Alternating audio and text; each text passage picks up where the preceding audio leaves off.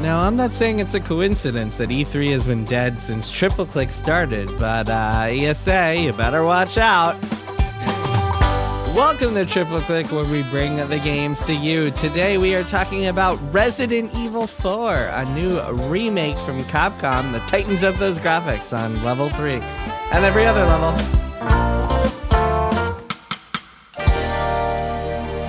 I'm Jason Schreier. I'm Kirk Hamilton. And I'm Maddy Myers. It's us. Hello. Hey. Hello, my friends. We're back Welcome again. Back for another episode. We did it. We survived Max Fun Drive. We thrived, you could The even gauntlet. We survived and thrived in the Max Fun Drive. Big shout out to everybody who supported the show during Max Fun Drive. We got a lot of new members and boosters and upgraders, and I hope you all enjoy all the bonus stuff that you got, like the recipe book and that spice thing, and our stickers, of course, our Chamming in the Bit stickers. Yes. You guys have heard us talk a lot about this, so I will do a very abridged version, but just a reminder that we are a listener-supported podcast. Go to MaximumFun.org/join, support us, get bonus episodes. We just put out an episode last week on The Last of Us, the HBO show, so if you want to listen to that, become a member, and you will get it. Also, happy Passover to all of the other chosen ones out there, all the other celebrators of Passover. It's fun times. I hope you all had a good Seder. Yeah, some of us celebrate it without being chosen, Jason. That's true. Some of us That's are true. just engaged to one of the But chosen Maddy, people. I like to think you're also chosen, just by being in proximity. It's and true. Kirk is I'm also chosen by a chosen person. exactly. Yeah, right. The transitive property of choosing, I think. Yeah, I mean, as chosen people, we can choose people to come along with us and true. It's join our true. cult, Right. our cult of the chosen. Isn't the chosen? That I sounds know, like it's a great. destiny love it. race or something. The It Fallen, the does. Vex, and the Chosen. There almost has to be. Is there a character in Destiny called the Chosen? That almost There seems must like be. There must be. feels A like raid there boss is. named the Chosen. That must be a thing. Speaking of Chosen, we have chosen to play a video game this week. Kirk, We have, what are we it's true. playing? We're playing Resident Evil 4 Remake, and I have a little bit of a preamble written out just to contextualize things, since Thank some people goodness. might not know what Resident Evil 4 is. Resident Evil 4 originally came out in 2005 for the Nintendo GameCube, but it has since been ported to a ton of different systems, basically every other gaming system that's ever existed, including a terrific 2007 Wii port, and an actually equally terrific 2021 virtual reality port to the Oculus Quest 2, which I think is the only one of us that played, but is really, really, really good. I bet. It was developed by Capcom and directed by Shinji Mikami. It is the story of Leon S. Kennedy. They always designate his middle name. Yeah. S. I don't is know his what it middle stands name? for. Probably Oh, no. Special Leon- Forces, all one Special word. Kennedy. Forces, one word. I like that. Yeah. Leon Special Forces Kennedy. I think they do the middle name because that's what the Kennedy family did, like John F. Okay, Kennedy. now I'm looking it up so we know. Kirk, continue okay, that's your good. spiel. Interject when you learn Scott. Scott. That was so easy to find out. Scott. That's not as good as Special Forces. It's really Leon not. Scott Kennedy, last seen escaping Raccoon City. In the wake of the events of Resident Evil 2, he is now a government agent dispatched to rural Spain to rescue the president's daughter, Ashley Graham. Resident Evil 4 is notable as a departure from the series' horror roots, or at least a partial departure. It's a shift more toward action, a trend that would continue with 2009's Resident Evil 5, and in particular 2012's Resident Evil 6, before the series again reinvented itself by returning to its horror roots with 2017's Resident Evil 7. Over those same years, Resident Evil 4's influence continued to reverberate through the games industry, and more single-player games borrowed from its formula, and that arguably is still true today. 18 years after it came out, it remains one of the most influential games of the modern era, and now it has been re-released in a more polished, somewhat more modern format as Resident Evil 4 Remake. I guess they're just calling it Resident Evil 4 because they just want to confuse search engines forever. Yeah, lowercase r remake. That's not part of the Right. title, not a Final Right, Fantasy it is VII not in the situation. title. Right. Right. And we've all been playing it. We've been playing games influenced by it for many, many years. And we're going to talk about it on this episode. So I'm curious what the two of you make of this remake, how much of it you've played. Maddy, how about you kick us off? Sure. So I played the original game multiple times, which Okay. maybe helps with this discussion because I'm not as far in the new one as I'd like to be. I just got to El Gigante. if people remember that boss. But if you don't, I'm on chapter 4. He's the big boy. He's a big boy. Eventually you run across like a huge axe leaning against something and you're like, oh, what possible being could wield such a massive axe? You might think to yourself, well, El Gigante is going to show up just a little later. Yes. There's so much foreshadowing. Anyway, so I'm a few hours in. I'm really enjoying it so far. There are a few differences that I've already noticed and some that I've read about. And I'm definitely curious what you make of them, Kirk, because I think you played the original as well. But so far, I'm just kicking it, really liking the game, and appreciating that this is not a very scary video game, which we can also talk about. Dead Space remake, especially the remake, was so much scarier than the original for me that it was eventually a pretty rough hang. I never did beat it. But this one, it just looks amazing, but isn't really freaking me out that much. So I'm just having a delightful time. I'm just having a good time kicking some zombie butt and being a cool guy with a cool 2000s era emo boy haircut. He does have a cool haircut. Jason, how much have you played and what's your relationship with the original? Yeah, Maddy, I'm offended you left me out because I finished the original. Oh, did you? I played through great. all of Resident I thought this was Evil your 4. first time. But you're right. Of course, we've all played. So it. I actually GameCube. never finished the original. I'm the three of us, not to spoil my own thing, but go ahead, Jason. Yeah, go ahead. And then I don't know. I found this remake to be a little bit of a tough hang, not because it's a bad remake, just because I am personally not super interested in this type of game anymore, especially if I played it already. I kind of feel similarly to how I felt with the Dead Space remake earlier this year, where I just like appreciated it, but I was just like, I just don't really have any desire to play through it. I don't know, something about it just didn't grip me. Maybe it's the kind of lack of interesting story or the lack of kind of interesting gameplay hook to keep me playing.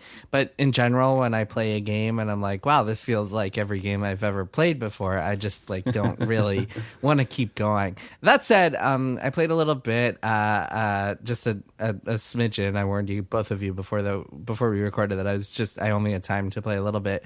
Over the past couple of weeks, I played and got to Mr. Chainsaw Man, and it brought back all sorts of horrible memories of getting to Mr. Chainsaw Man. Did you get him or did you run? I ran as fast as Leon's Both legs could completely take me. viable options. Which, this is a game that is deliberately kind of slow and chunky and makes you really have to think about every movement and wants you to survive and hoard your ammo and all that good stuff, which I remember enjoying quite a bit back in the day when I first played it. But, I appreciate how beautiful it looks and how vividly they've remade a game that has not aged quite as well as like this remake is pretty much the ideal way to play it. But yeah, I'm not sure how much more I'm going to play or anything like that.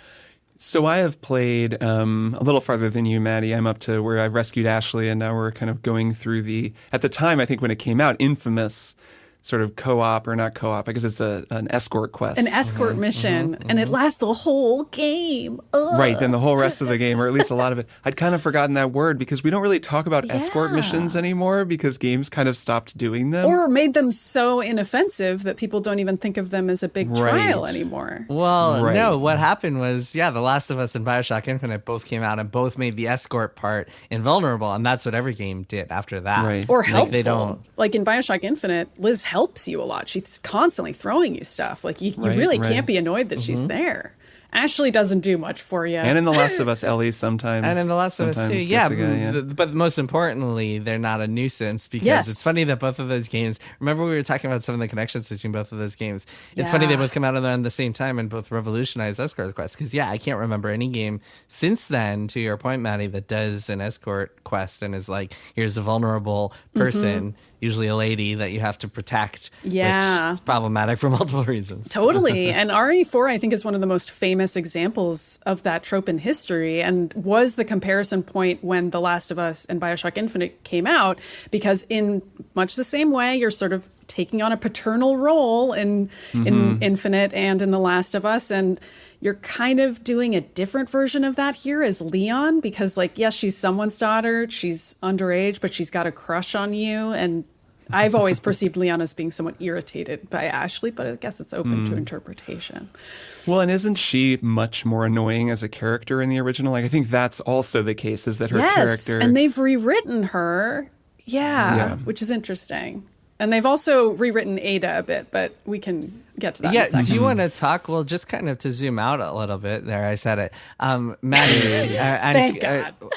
Maddy, do you want to talk a little bit about just kind of like all of the differences you've noticed for people who might have played the original or might not be familiar with what the remake has to offer? Sure. So they've actually rewritten a lot of it and added in a lot of dialogue. So obviously I haven't finished it yet, so maybe I'll make more thoughts of one more thing at some future point, because I probably will keep playing because it's fascinating. So one of the biggest things that's already become a meme is that Leon speaks Spanish now. So in the original game, when he first walks into that cabin and perceives these mysterious villagers as a threat pretty immediately. He doesn't speak Spanish in the original game, and people always thought that was funny that he doesn't even try. And like, there's all sorts of jokes about Leon instantly being the aggressor in those moments. But in this game, he's actually pretty trepidatious when he goes in and treats the villager, who's very visibly like red-eyed and dead and swaying on his feet and like cooking human remains in some type of stew. And Leon is like speaking Spanish to him and being like, "Sir, are you okay?" for like several minutes before you're like, "Christ, Leon, draw your gun, fight off this freaking zombie, man." Or at least Haven't that's you how seen I a felt. zombie movie, yeah, it's Leon? like, also, he's Weren't you escaped just Raccoon in City. a zombie game? Okay, he was a novice cop in the Raccoon City days, but like, he's lived through one zombie apocalypse. Might he be thinking to himself, "Is this happening again?" But it doesn't occur to him in that moment. He's a very caring and compassionate young man. So he speaks Spanish now. Also, his relationship with Luis is a little bit more fleshed out. And with the handler that he talks on the phone with, there's basically just more lines of dialogue. Ashley, perhaps famously, her ears don't stick out anymore. She has like long hair over her awkward ears. I know people always talk about like the Bush era politics of this game, and we can kind of get into that if y'all want to, but I always kind of saw Ashley Graham as like a Chelsea Clinton analog, because she's so socially awkward, and Chelsea Clinton was really like made fun of a lot in the Clinton years and like scrutinized quite a bit as well. So I at the time always kind of saw Ashley Graham as similar in terms of like the public scrutiny she was facing and how young and awkward she was. No offense to Chelsea at all. God knows any of us would have been young and awkward in that scenario. Respect to Chelsea. And Ada, by contrast, Ada is like the sex pot, like gorgeous, ridiculous red slit dress. Like every single line she says to Leon is super sexual. But in this version, she's actually a lot more buttoned up, literally in terms of her costume design, and also figuratively. Like many of her sexual lines, like "I'll never kiss and tell," I think has been cut entirely. There's a few others. And naturally, gamers have reacted completely normally to this. Right, sure. And they're definitely not mad about it at all. A lot of thoughtful discourse, I'm sure. To spell out what you just said, capital G gamers have definitely I reacted. should have specified that I'm not talking about normally. the lowercase g gamers here. And You're right. Capital D definitely, capital N not, capital M mad. They're feeling capital R relaxed about everything. There are some Steam reviews that if you just want to have your brain fully fall out of your head, people have written negative reviews about the fact that Ashley Graham wears tights now, so you can't look up her skirt throughout the entire game. There's like one very detailed review of like, here's every moment that you could look up her skirt in the original game, and none of them are available in the new game. Wow, And woke. We got to boycott this. Resident Evil goes woke. I read this, so now everyone has to hear about it because it's haunted me for days. But I gotta admit, I like these changes. Like, these are things that when I played the original game, I was like, I don't love these elements of the game. Like, it'd be cool if Ada was a little more of a character, and like if Ashley Graham wasn't like humiliated by the game's camera, or allowed to be humiliated in that way. I don't feel like that's something Leon would do. So like, I like these changes, and I think they make the game better. And for a lot of people, this is their first time playing it, so they don't even know the difference. And that's cool too, actually, I think. Yeah, staying on the sort of tonal and story stuff, since there are a lot of other changes as well, for like mechanical changes and whatever. There is a kind of charming tonal weirdness to this game that I think still exists, even though some of the stuff sounds like has been toned down. I should say I've played Resident Evil 4 a variety of times, but I've never really gotten super far. I think I've basically beaten the first few acts, maybe on PC. But I always kind of struggled with the standing in one place, like the tank controls where you can't move while you're aiming. That just stresses me out. So I never really got that far in it, even though I could tell it was really good. But so I am not super familiar with the changes that are made, but there is this.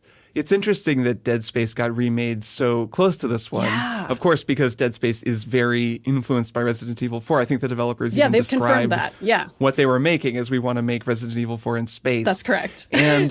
And yet, playing Dead Space, especially Dead Space Remake, it's so like a movie. It looks like a movie. The actors are all acting like kind of normal people.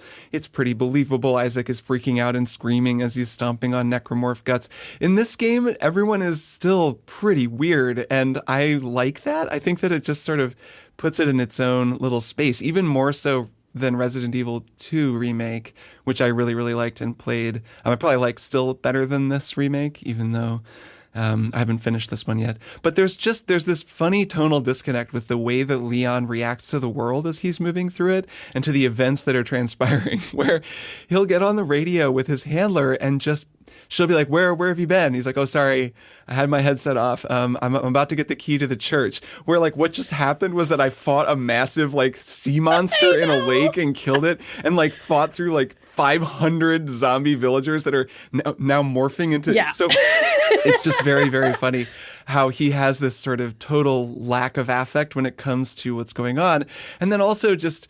He taunts, like his voice lines are still very funny. The taunts that he says when he kills people, he'll be like, oh, I'm sorry, I think I slipped or something. Yeah. After like roundhouse kicking a zombie into another one and like acing one through the head with his shotgun. It just has a very funny vibe that I actually am finding very endearing. It always has. I mean, I feel like you have played enough Resident Evil games, both of you, to know that weird tone is always present. And it's something that I think we all really enjoy. It's kind of a translation thing, especially for the first game. But at this point, I think it's also just the specific sense of humor that this series has, where it's corny. The characters are all archetypes.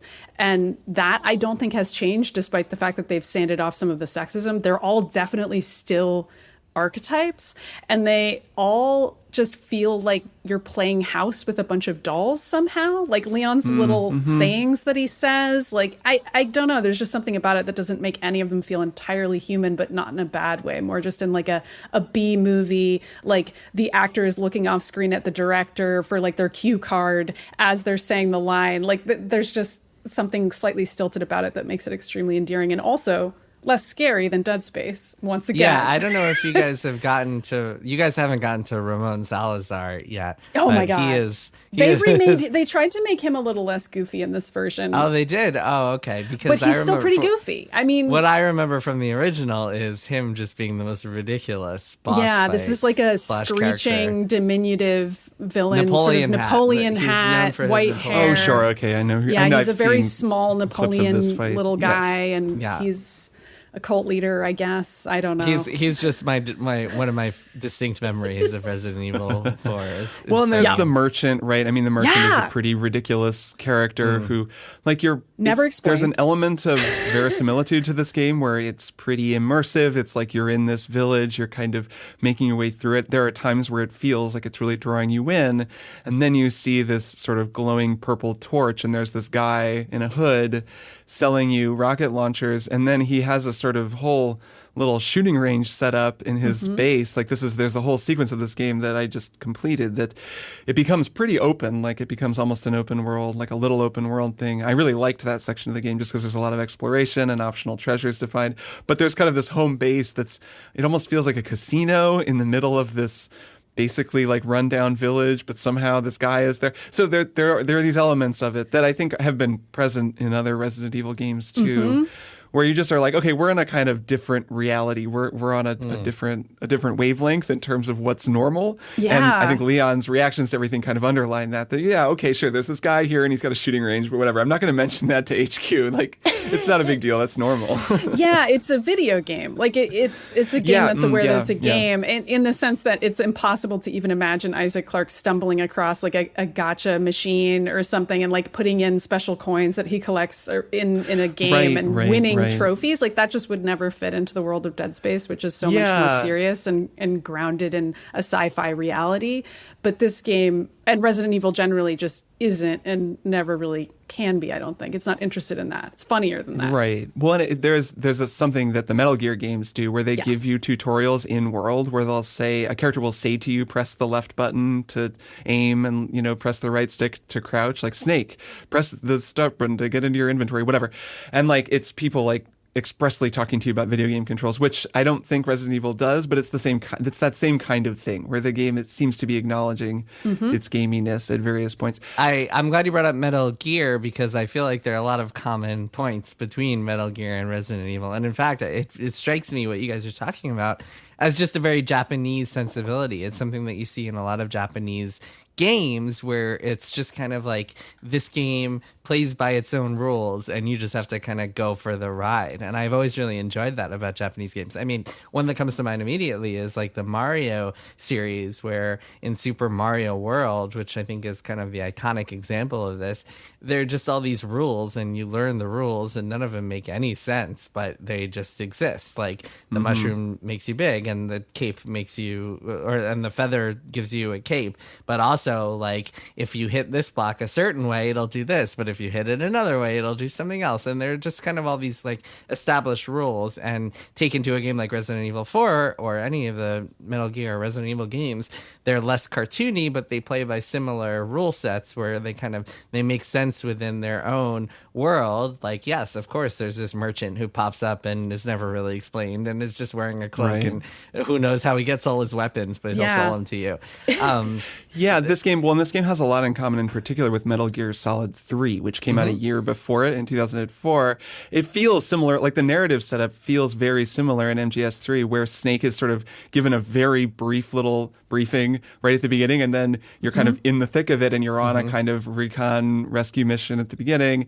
And even the way that, I mean, in this game, you're walking around, you can eat animals to get more health. You're hunting snakes at one point. There are vipers that you're like shooting. So it does kind of have a lot of commonality. That's true. And also, to take it one step further, there are rumblings that there's a Metal Gear Solid 3 remake coming. That would rule, man. And that's actually another game from this era that I've started and played kind of a significant amount of, but never finished, even though I know everyone says it's so amazing. Well, so that's the best game in terms of structure and story. And if that had Metal Gear Solid 5's gameplay, which hopefully this remake has, then it would be the best game for sure, because 5 had the best gameplay. But anyway, so I would play that. Maddy, you talking about the outskirts stuff made me wonder, like, would a Metal Gear Solid 3 remake like remove some of the kind of look like what do you call it? Oh, I see. Lewd depictions of women, kind of camera upskirt shots, that sort of thing. Camera. Yeah, ogling camera is the best. I guess we'd have to ask Kojima that. Well, and also Kojima probably wouldn't be involved. Well, Kojima wouldn't be involved. Yeah. Kojima's that's true. Yeah, what am I saying? We could ask Kojima, but it doesn't matter what he thinks. Yeah, it doesn't matter what he thinks. Well, he is Man. This is all right, well, that'll be a can of worms that we'll get to. We'll get whenever to that we get to it. Yeah. I just it's not something we have an answer for. It's just something that got me thinking, and it's funny that assuming this is real, which I think it is, the fact that we're getting a Resident Evil 4 remake, a Dead Space remake, and a Metal Gear Solid 3 remake all within a couple of years. Yeah, and it's a different year, but the Metroid Prime Remastered remake came from 2002. I mean, for sure. It does feel like it is the season for 2000s era games to come back around and be played for the first time by a lot of people who didn't know what they were like in their original form. It's really cool. I love to see it just from a game preservation point of view. Yeah. There's something to that, like to the fact that the games of this era are still really fun if they're just tweaked a little bit. I mean, this game plays pretty similarly to how I remember Resident Evil 4 now when you playing. aim. Yes, like and it's a little That's like huge. the aiming is Which different. is a You don't big have difference, yeah. you don't have the laser pointer. You know, there are just sort of like differences in the mechanics of it, but it's still both. I mean, the feel of playing it, that feeling where, I don't know, that first encounter is a great example, the one that you're playing through, Jason, where it really throws you to the deep end. I think it's one of the great intros to a game ever. Leon walks into this town. He's already dealt with a couple of zombies. You know things are going to be bad. You can kind of sneak up a little bit. But then pretty soon you get detected and the villagers start chasing you. And then you realize you're kind of in this bowl with some buildings and you can run around the edges of the bowl, but you can't get out. And you're overwhelmed by people. You have almost no ammunition. There's a shotgun in one building if you find it, but it's, you know, basically have to keep moving. And then this chainsaw guy shows up and he'll just totally kill you if he gets you. And it winds up being this extremely stressful time trial. You just have to outlast them. Like, I think you can kill the chainsaw guy. But the first time around, you don't know that. Like, if you, the first time around, I didn't know. Killed. Yeah, you feel like you're supposed to just kind of like uproot in place, and especially I remember the first time I ever played it when I was playing, and you can't move while attacking, so you're kind of like, okay, got to stand in one place. Then you're like, oh, wait a minute, I can't actually beat this. I need to there are keep so running. many people. Right. Yeah, it's very yeah. I agree with you that it's a very good way to set the tone for the game. Although I will say that more of the game, from what I remember, is more action and less like running around. So maybe almost it doesn't none really of set it the feels tone. like that initial maybe it doesn't 30 actually set the 45 tone. minutes. So in that sense, it's a great opening for the game, but it doesn't set the tone. Yeah, in the sense strike that the that. entire Right, rest of the strike that. tone is completely different. Which is like kind of okay because that's pretty stressful. And if the whole game were that Oh, stressful, God, I might yeah. find it too intense. Like, I do like the general rhythm of exploration, some combat, but it is true that like that sequence, I mean, I think everyone just remembers that sequence because you almost always get killed by the chainsaw guy the first time you play it. The animation when Leon gets his head cut off or whatever by the chainsaw is so graphic and you're so freaked out. And then, you know, you realize you have to go back and do it again and risk that again.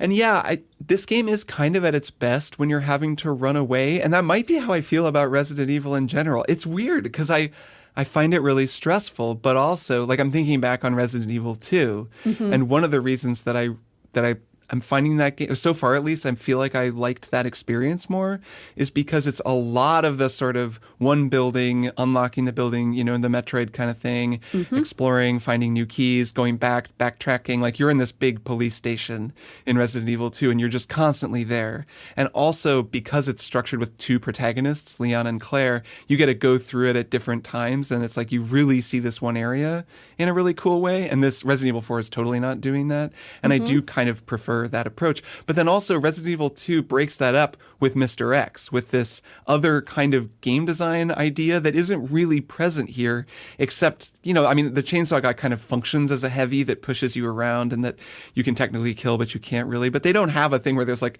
this procedurally intelligent, artificial intelligent, you know, monster that you can't stop that just hunts you at various points. And I found that really stressful in Resident Evil 2, but when I think back on it, it's such an integral part of the game and the whole experience of constantly being chased by him, then running into him as Leon if you played as Claire, then finally at the end you get to really fight him and you finally kill him and he like won't die and it's so satisfying.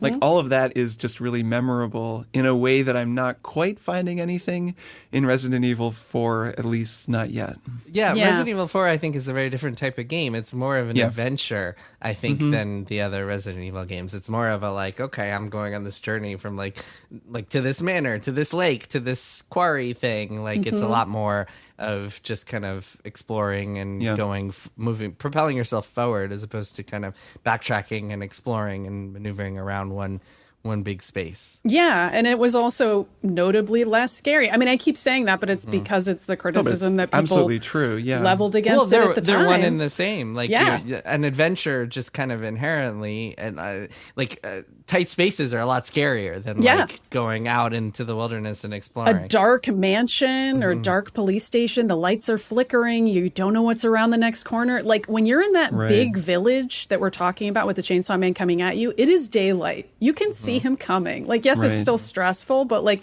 almost every fight that you have in this game after that very first cabin that I described where Leon shows off his Spanish speaking skills is in an open area where you can see the zombies coming. And like that makes such a huge difference for me in terms of scariness levels. There aren't the jump scares of like the Dead Space corridors. There isn't the same level of just feeling like there's no way out that I always have when I play like the first Resident Evil, where it's like, well, it's all just this one house and I'm supposed to investigate it. I gotta explore every room. Are you sure I can't leave some of these closed on up? Because I don't like what I'm hearing. Like that feeling, it's not really in Resident Evil 4. There is one really good jump scare in the remake where right after the section we're talking about, the opening action sequence, these bells ring and then all the villagers just leave. Yeah. And then I believe this is an addition. You're just exploring and going through all the buildings to, pick up all the loot that you left lying around because you were running so frantically. And a dude busts out of a closet he's been hiding in. And it's just one of the zombies. But it's because you were so, kind of pumped up and then you're feeling this relief and then it's like, this guy jumps out. And it's like a very funny joke at anyone who played the original, because if you play the original, that doesn't happen. So you're not expecting it at all. And it's kind of the kind of jump scare you can only do in a remake where you can play on people's expectations because they know it's coming. But yes, I agree with you that the level design in general is very empowering and allows you to move around. And it's a completely different energy than, especially that feeling of in the RE2 remake, Mr. X's feet on the ground when you're waiting in a safe room and you hear like boom, boom, boom as he stomps around and you're like, I don't really know where he is. You hear a door open. You're like, okay, I think that was the door on this floor. So I'm going to try to go downstairs. And you really don't know because it's not scripted. You can't even read a walkthrough that tells you, what to expect. So yeah, that doesn't really happen in this game. And yeah, Jason, it's true. It's kind of a forward adventure. I mean, there's the part on the lake where you're kind of going back to places you return to a lot of the areas you've been to before. But it just doesn't have that same feeling of a building that is, one of those classic Resident Evil buildings with the locks everywhere and the statues that eventually open a door that's a shortcut that leads back around and the basement that you finally get to that's actually a whole underground lab or whatever else. It's just not really the same.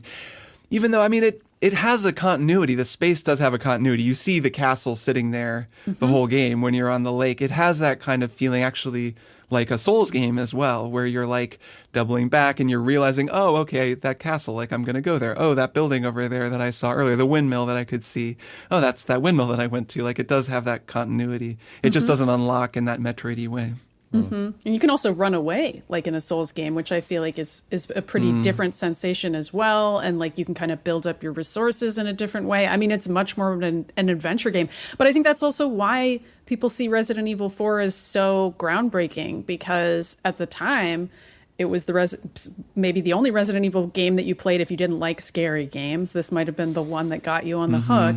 But then also it was pretty influential on what an action shooter could be and how open it could be, because although I feel like, yes, it feels much more like an open world in this version, the original version I think had even more backtracking. I could be wrong, but this one it's like I already kind of know where everything is, so right it just feels different. Yeah, no, I think you're right about that. I also think the one of the aspects of it that I think was revolutionary at the time, from what I remember, was a lot of the cinematic action stuff and the kind of like seamless blending from action to cutscene and then the QTEs and stuff. A lot of that got really popular to the point where like everyone got sick of QTEs. Yeah. And I don't think Resident Evil 4 was, of course, not the first game to do QTEs by any means. But there's barely any in the remake, which is great because I don't like them. Yes. Yeah, when they happen, I don't like them. But in general, Resident Evil 4 was like one of those games where you're like, oh man, this is doing some really cool new stuff with cinematography and the way that like cutscenes and action are blended together. Yeah, let's talk a little more about its legacy. Mike Mahardy wrote this article that we can link in show notes that was just a nice rundown of all of the different games that have drawn from Resident Evil. And it's kind of interesting to think about what they take and what they don't take.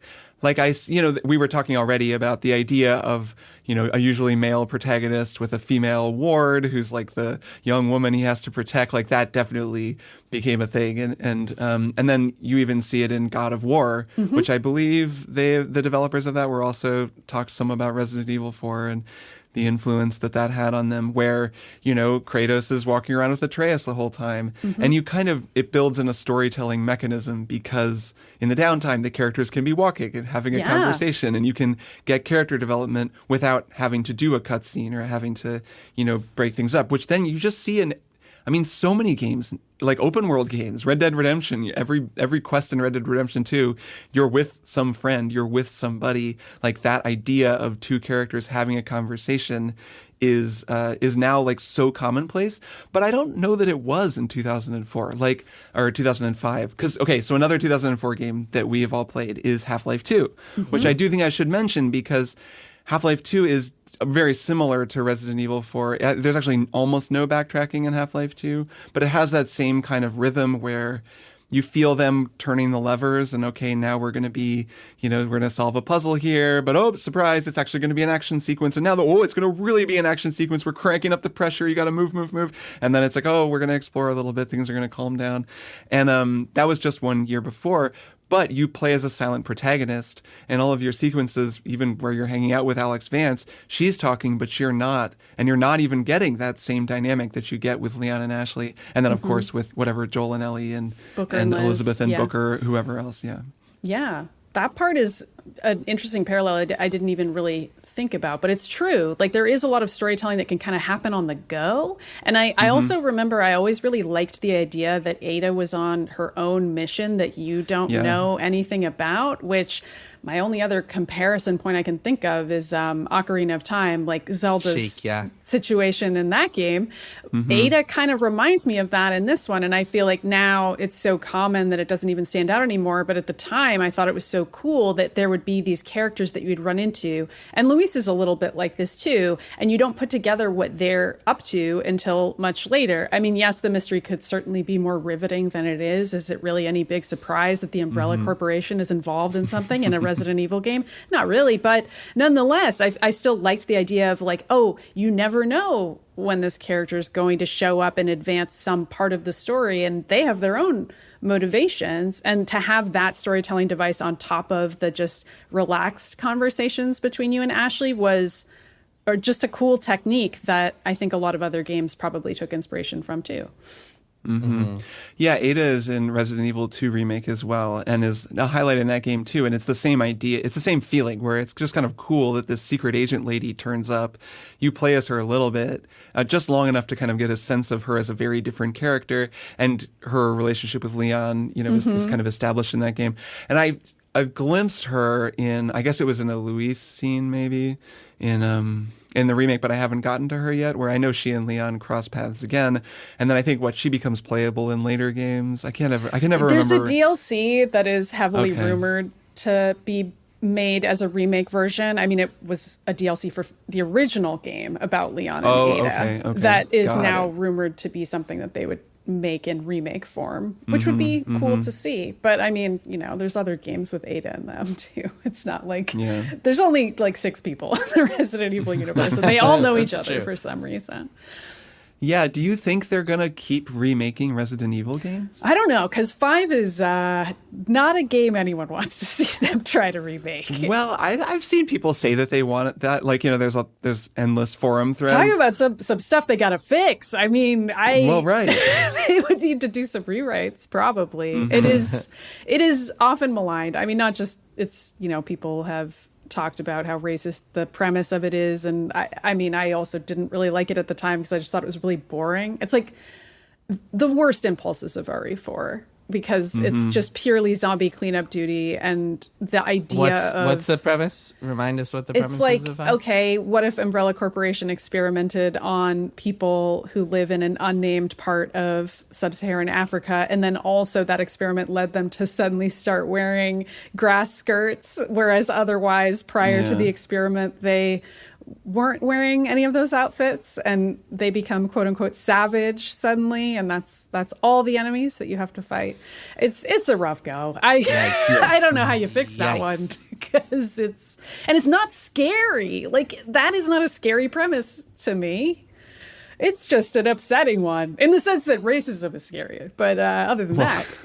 Yeah, it picks up a lot of the same idea. I mean, it's a lot like Resident Evil 4. It just puts it in a much more charged and clearly racist setting. Where it kind of implies like, oh, these black characters would inherently devolve into this inhuman version of themselves and would have this weird baked in memory of wanting to wear grass skirts. I mean, the implications are numerous and not great. And it's a co-op game, which is also unusual. So the whole game can be played by two people, which was also divisive at the time and was it's really interesting the way that Dead Space mirrored the trajectory of Resident Evil, where basically Dead Space 1, they describe it as like Resident Evil 4, but it actually does feel like Resident Evil 2 Remake. It has, it's more horror-y, it's more scary. Then Dead Space 2 is kind of more like Resident Evil 4. It's the aliens to Dead Space 1's Alien. Less scary, more action. Right. And then they did a co-op one that everyone hated, which is kind of true of Resident Evil 5 too. Yeah. Yeah, I don't know. It's been interesting to see the end of what might be the end of the road for these remakes with Resident Evil 4, because it's the one that needed a remake the least, just in terms of the gameplay. It feels the most modern, and especially considering how Resident Evil 2 Remake and Resident Evil 3 Remake, I mean, those games look completely different. Like, they're not even over-the-shoulder action games, so they're remade to be totally different and kind of like Resident Evil 4 originally was. So it's an interesting question. Just either, both that would they want to tackle the premise and all of that with Resident Evil 5, the co-op nature of it. You can't just remake the game without making it a co-op game again. And I'd be really surprised if they did that, because at the time, what was it, 2009? Is that right? Something like that. 2009. That was when Army of Two had come out. It was when there was Gears this kind of of push. War. Well, of course, Gears of War. We Halo. didn't mention it, but one of them very influenced by Resident Evil 4 series is Gears of War, which also was playable in co-op. So that era was very okay, we're going to get our Xbox 360s and we're going to play split-screen co-op. And that's just not really a thing anymore. So that's also an open question of what would they even do? But it seems like they want to unite this part of Resident Evil with the new games that they're making. Yeah, I mean, I've seen a lot of people suggest that maybe they would remake Resident Evil 1 or Code Veronica and just sort of fill out some of the other Resident Evil stories that haven't been made into over-the-shoulder action shooters in the same way. And I think that might be a better direction to go, because those games are a lot more beloved than Resident Evil 5 or 6, which we haven't really gotten to. I haven't played it, but I know it is also... Yeah, I barely played it, and that's super action-packed, super linear, almost feels more like Gears of War or something, just doesn't really have anything to do with Resident Evil. And also really crazy story, I think. I think some stuff happens in that. Doesn't the president become a zombie in that one, and Leon shoots him in the head or something? That sounds great. That sounds great. I think that happens. But then I know Resident Evil 7 is the return to form. It's set in a house. I mean, other things happen in that game, but it starts in a house, and it's very, scary in the way that Resident Evil 1 is scary, where you're just walking around a house and you're like, what the heck is going on with the people who live here? Just a deep-rooted human fear that you have going into these kinds of games. And since then, I feel like Resident Evil has been back on track. So it is kind of funny that now the remakes have caught up to the quick spell of everybody being kind of annoyed at Resident Evil. And and the new ones also, Resident Evil 7, I love the first half of that game, and then it starts to become more Umbrella Corporation-y. And then they did a whole DLC with Chris Redfield, so they're bringing back characters, where what was cool about RE7 was just that it felt like a standalone horror game about this cursed Southern Gothic house and this family who had horrible worms running through them and couldn't be killed. And then as it became more of a Resident Evil thing, you switch characters, you have a submachine gun, you're on some ship. It just is way less cool. And Resident Evil 8, for all of its charms, I really liked that game a lot. Felt a little like a remixed greatest hits of a lot of the past Resident Evil games, and also was very, very, it had a lot of stuff where they're talking about Wesker and what's going on with Umbrella Corporation and whatever else. So I don't know. Some people are really into that lore, man. It's kind of fun in its way. It's hard to know where else you can take it at this point. Because it's like the end of the original Saints Row series, where even the creators were like, we've done it all. We don't know what to do anymore. We made a musical. We're out of ideas. Maybe the Resident Evil musical is coming next. What am I saying? It's going to be a Resident Evil musical. It's going to be and then they can pack it in. Right. I guess they'll keep making these as long as people keep buying them, and people keep buying them as long as they keep being fun. And Resident Evil 4 Remake really is a lot of fun. Like you, Maddy, I plan to finish it. I've had a really great time with it so far. It's just a fun video game to play. So yeah, that's Resident Evil 4 Remake. I guess we'll be here. Man, I hope they make Metal Gear Solid 3, but we'll be here when they remake or attempt to remake. Let's say Code Veronica. That would be cool because I've never played that one. Yeah, I hope they do. They should do Resident Evil Code Veronica Mars and just Yeah, really extraneous part of the Resident Evil lore, but turns out it's all connected. I'd play it. All right, let's take a break and we'll be back with one more thing.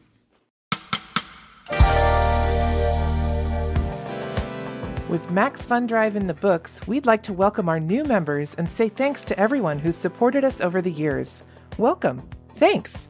And now, on to the sticker sale. A lot of this year's Drive gifts and live streams focused on food. We love how food can bring communities together, but not everyone has access to the food they need. So we'll split the proceeds from our sticker sale among 5 U.S. food banks in areas disproportionately affected by poverty. The sale ends Friday, April 14th. Members at the $10 monthly level and above can purchase any stickers they'd like. There's also a special Max Fun sticker featuring Nutsy the Squirrel that all members can purchase. For more info, head to MaximumFun.org/sticker sale. And thanks again for your support. A man was walking along a beach which represented his life. At his feet were 2 sets of footprints, his and God's. But looking back down the beach, the man could see that in the hardest parts of his life, there was only 1 set of footprints. So the man said to God, "Why is there only 1 set of footprints when times were hard? Where were you?" And God replied, "My precious child, I was in my car, listening to the Beef and Dairy Network podcast." The Beef and Dairy Network podcast is a multi-award-winning comedy podcast, and you can find it at MaximumFun.org or wherever you get your podcasts. And we're back for one more thing. Jason, how about you go first? All right. Over the weekend, I finished a video game called The Legend of Heroes: Trails from Zero. I've talked about this last year because it was one of my favorite games last year, but now I finally finished it because the sequel to it, Legend of Heroes: Trails to Azure, just came out. And so you got to finish this one before you can jump into the sequel because they're very much like a part 1 and part 2 type of thing. So, okay. Here's what's really interesting about Trails from Zero. And I don't know if it'll be interesting enough to get either of you to play it, but certainly some readers out there might be interested. So Trails from Zero is a kind of turn-based JRPG in the Trails series that I've talked about for a long time. It's set between Trails in the Sky, which came out a long time ago, and Trails of Cold Steel, which is a little more modern, and it's 2D rather than the 3D of Cold Steel. So it looks a little more like an old school, like PS1/PS2 era JRPG. I think it first came out in 2010. And what's really interesting to me about it is that whereas Trails in the Sky, and really a lot of JRPGs, was about going on an adventure where you were going from city to city and to different dungeons and meeting new people along the way and getting a cast of new characters and who cycle in and out of your party and so on and so forth. This game is set in one big city called Crossbell, and it stars 4 main characters who don't leave your party. Dragon Age 2 approach. Who stay in your party the entire time.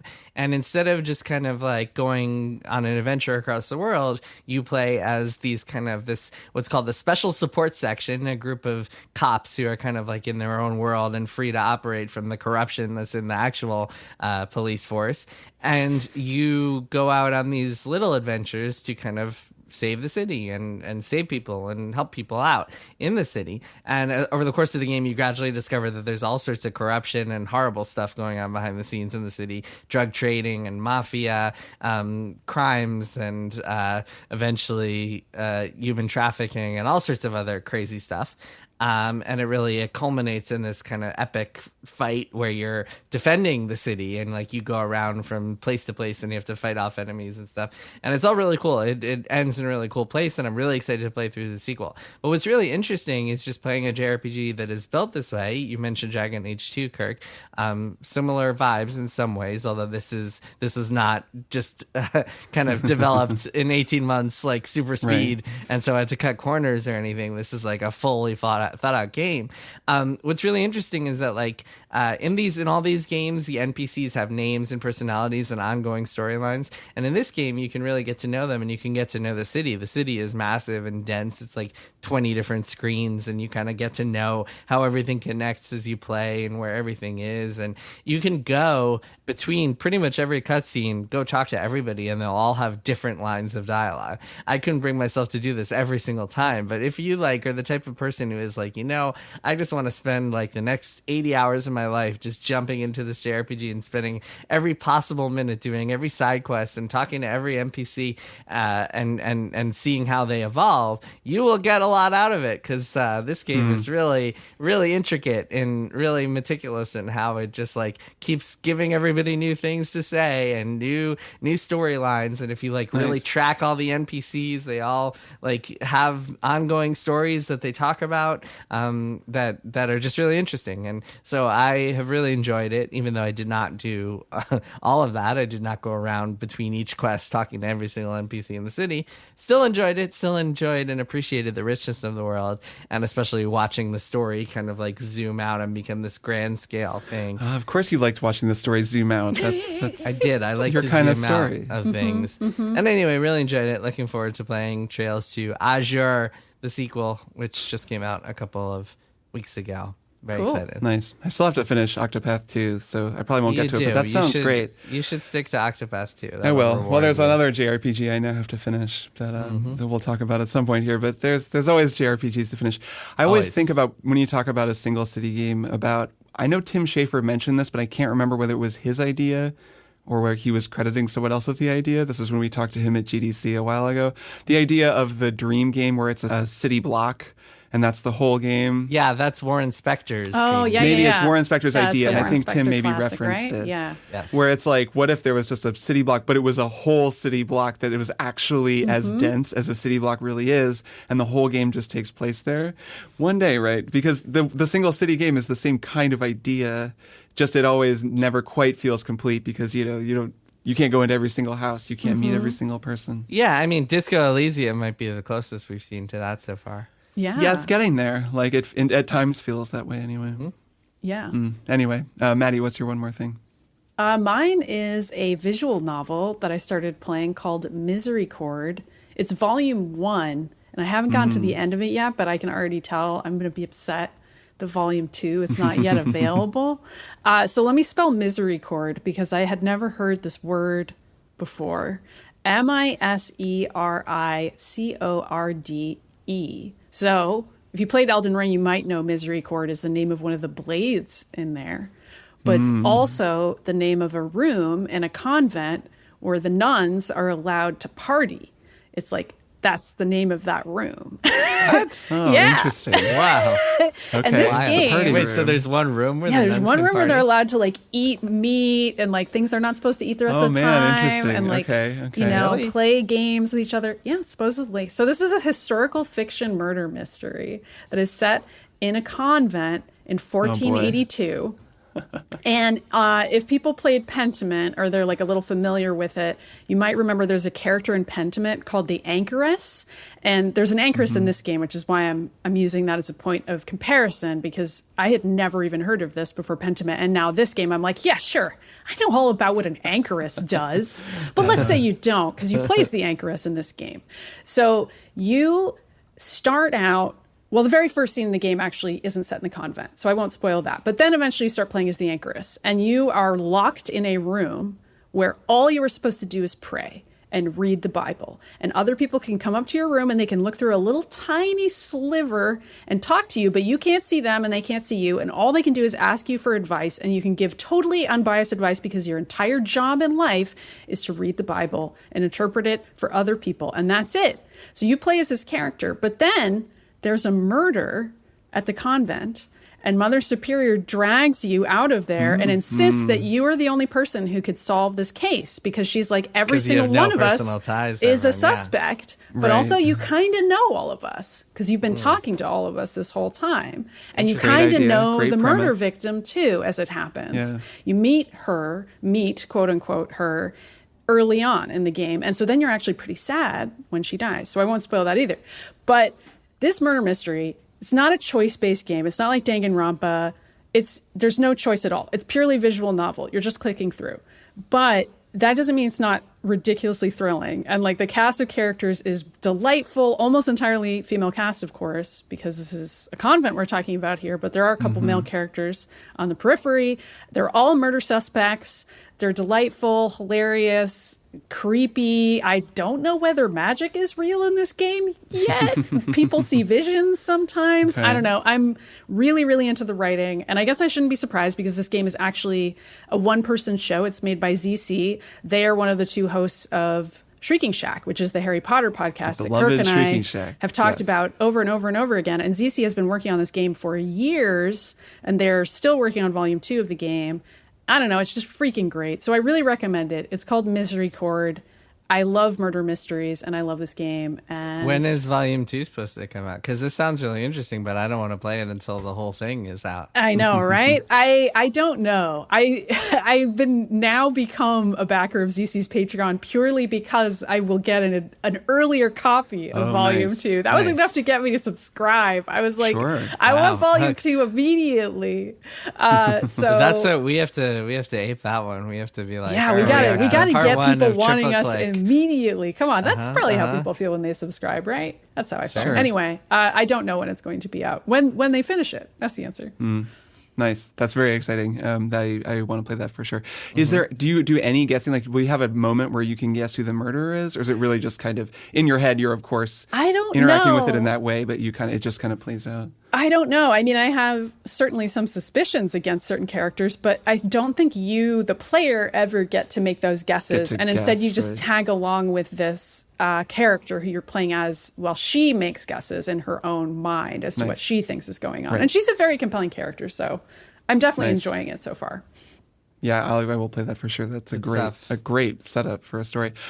Well, my one more thing was a movie that Maddy watched. Yeah, I'm glad you watched Before I this. say my one more thing, though, there's one link that I just want to shout out for everyone related to my one more thing from last week, which was Kim Stanley Robinson's novel, The Ministry for the Future. There is a really, really good interview that he did with Ezra Klein in 2020. This is when Ezra Klein's show was still on Vox, and now it's called something else. It's like Sean Elling's podcast, which I'm sure is great, but you can still go listen to it. It just looks like it's called a different show now. It's not called The Ezra Klein Show. Anyways, I'll put a link for it in show notes. If you do read the book, I saw a lot of people saying they were thinking about reading it or that they'd read it. It's a lot to process and think about, and you'll really want to talk to people about it and think about it more. Listen to this interview. It's so good. Like, it's an amazing interview to listen to after reading the book. Kim Stanley Robinson is amazing. All I want to do is like talk to that guy for an hour, but it's the next best thing. So anyways, link for that in the show notes for anyone who's read that book. My one more thing is a movie called Tar that I finally watched over the weekend. Great. That Maddy, I know you had seen, and that your description of it made me more interested in watching it. You described it, if I recall correctly, as being not really a movie about a powerful, famous woman being canceled, but more of a strange kind of horror story about a person who is just falling apart, and a more of an uncanny film than you'd been expecting. So I went in kind of knowing that it wasn't going to be what I had also assumed it was, based on just some very surface level like headline reading I'd done. And yeah, what a movie. I loved the movie. I was so compelled by it. I spent the whole weekend talking to my sister about it. It's very much a movie that I recommend seeing with somebody else, because then you can talk about it. yeah, it doesn't do the work for you at all. It's not really interested in telling you what it's trying to say. Yeah. It just says it very confidently and clearly, and you walk away from it just being like, wow, like, okay, I got to start thinking about the structure of this story, about this character, this incredible performance by Cate Blanchett. Holy crap. She learned German and how to play piano for this. She embodies Lydia Tarr, this protagonist. To recap very quickly, because Maddy already talked about it, it's the story of Lydia Tarr, who is, at the beginning of the film, on top of the world of art. She is the director of the Berlin Philharmonic, the conductor of the Berlin Philharmonic. She's an She is a EGOT winner. composer, an EGOT. It begins with this amazing, extremely lengthy New Yorker interview being conducted on stage, where you learn everything about her and you see her just in total command of the world. And then these cracks begin to appear in her facade. They're there from the beginning, but they become thicker and thicker and more evident throughout the story of the people she's harmed, the versions of herself that she's cast aside and the identity that she's built and the lies of her life. And you kind of watch this person fall apart. And as that happens, the movie becomes more and more uncanny and also more rushed. I think it's actually really interesting to think of this movie almost like a piece of music, where it begins with this lengthy adagio sequence where it's this interview that goes on for 20 minutes or something. They're just talking and it's so in control, and her voice and her presence, and she's completely empowered. And then there's this really lengthy, I believe, one-shot classroom sequence where she's giving a masterclass at Juilliard. That's pretty excruciating because she's like humiliating this student, but then also engaging with them, and like it's like she wins them over, but then blows it by going too far. And it's like this really long, like amazing acting basically between two characters. But again, a really long sequence, this one take. And then the movie starts to compress and her world starts to fall apart and cracks become bigger and bigger and things get weirder and weirder. And soon it's like this journey almost into the uncanny. It begins to feel like a dream. And there's even a point in the story at which a lot of people think it really just breaks with reality, and maybe even either is a dream or like dream logic just becomes inserted into the film in a way. So I want to reference or recommend for anyone who's seen this movie, Dan Kois at Slate wrote a really good article about the ending, and it's his interpretation of just sort of those aspects of it, the uncanny aspects. And he does a really good job of not saying, well, nothing in the third act of this movie happened, but more just this movie breaks with reality in a way that allows you to question what you're seeing and brings you inside of the psyche of the protagonist in a way that is just really provocative and ambiguous throughout the ending. And you kind of just have to sit with that ambiguity. As he puts it, it's not a puzzle box. It's not like you can be like, oh, well, there's that thing in the background of that one scene that answers the question. Oh, well, her name is spelled this way and that means this. Yeah.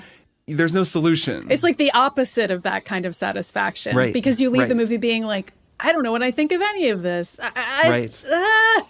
Yeah. It's one that you really just will want to talk to people about. Maddie, I want to talk to you about it too. Yeah. I figured you'd like all the music references and probably pick up on more of the music school, like posturing and just the way that works far more than I ever would. I just felt stressed out. I was just like, it's pretty stressful. I mean, I went to jazz school, which jazz school is very different than classical. Like going to Juilliard to study conducting. I'm sure there's still posturing involved and still, condescending professors and so on. Yeah, but that world is different. And really, just to shout out Todd Field, the writer and director, this is his first movie in 16 years. His last movie was 2006's Little Children, which I saw, and I've never seen In the Bedroom, which I know is a fantastic movie. And this is his third movie. So he's just, for more than a decade, didn't make a movie. And then he wrote this one, apparently with Cate Blanchett in mind. And he was like, if I can't get her for this movie, I'm not making it. It has to be her. And she found out about it and read the script and I think was like, hell yeah, I'm down. And they made this totally wild movie that like is just, I don't know. I really thought it was amazing. A tour de force, whatever you want to call it. And really recommend people watch it because it's fascinating. So anyway, that's my one more thing. Before we get going, Kirk, you got me thinking. I think EGOT needs to include Game Award. So it could be EGOT. What should it be? EGOTGA. It's true because Lydia Tarr. She hasn't won a Game Award. Well, she might. She might. You don't want to spoil anything. She might win a Game Award though. Just based on some things that happen. Oh my God, Jason, you don't know. That people who've seen the movie will be laughing. I do know. I heard about it. Oh, okay. Well, we won't spoil anybody, but that would be very funny if maybe she became an EGOTGA. But that is a good point, Jason. People can now, they can strive to be EGOTGAs. You haven't really made it unless you've also won a Game Award. That's right. Yep. Well, that was it. We did it. We made an episode. There it was. We sure did. Triple Click. It's a podcast that we make. Thanks again, everyone who became a member during Max Fun Drive. And everyone who's a member already. We appreciate you. Thanks for supporting our show. And we wish you all luck on your EGOTGA quest. Yeah, good luck. Yes, that we all must now undertake. All right, and I will see the two of you in a week. See you next week. Bye. Triple Click is produced by Jason Schreier, Maddie Myers, and me, Kirk Hamilton. I edit and mix the show and also wrote our theme music. Our show art is by Tom DJ. Some of the games and products we talked about on this episode may have been sent to us for free for review consideration. You can find a link to our ethics policy in the show notes. Triple Click is a proud member of the Maximum Fun Podcast Network, and if you like our show, we hope you'll consider supporting us by becoming a member at MaximumFun.org/join. Find us on Twitter at TripleClickPod, send email to tripleclick@MaximumFun.org, and find a link to our Discord in the show notes. Thanks for listening. See you next time.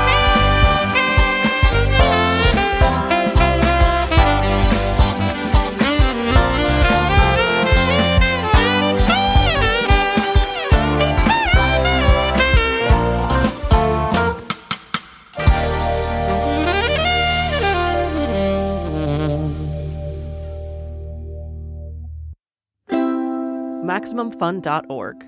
Comedy and culture. Artist owned. Audience supported.